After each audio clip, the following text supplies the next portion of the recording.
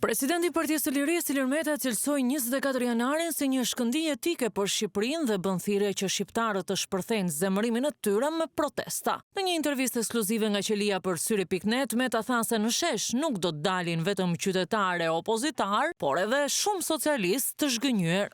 Zemërimi dhe revolta është në ndërgjegjen e çdo shqiptari të ndershëm, duke përfshirë këtu dhe shumë socialistë që jo vetëm përmbyten njësoj si në Durrës, Fier e Gjetk, por edhe vidhen njësoj me hidrovore dhe kolektor që nuk punojnë, por dhe me argjinatura të sapo inauguruara që rrëzohen si ajo e Semanit. Ndaj zemrimi duhet të shpërthej përmes protestave lokale dhe kombëtare që këto fatkeqësi që vijnë nga korrupsioni i pafret të mos përsëriten më. Ndaj dhe protesta 24 janarit është shumë e rëndësishme të shërbejë si një shkëndijë etike që mban gjallë flakën e revoltës deri në ndryshim.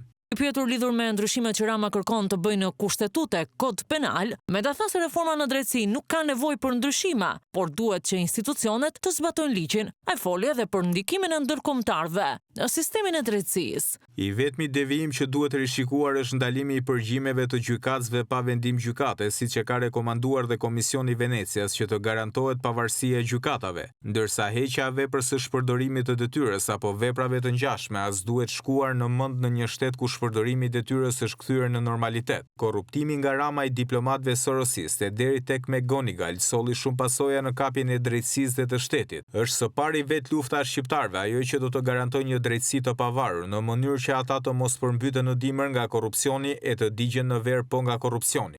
Meta u ndali dhe tek mohimi të drejtave të tij kushtetuese në qeli, ku janë ndaluar takime me familjar, funksionarë të Partisë së Lirisë e aktivitete personale, ku bëri edhe një paralajmërim. Të gjithë tarallakët që janë në garë për të ma bërë mua sa më malore para burgimin dhe këtë proces absurd, i falenderoj pasi unë në mal kam lindur dhe nuk kam lënë mal pa ngjitur. Presidenti i Partisë së Lirisë, Ilir Meta, tha se pavarësisht izolimit në qeli, ajo që e cilëson burgosje politike, ja që drejton do të bëjë luftë pa kompromis, regjimin mafioz dhe bashkëpunëtorët e tij.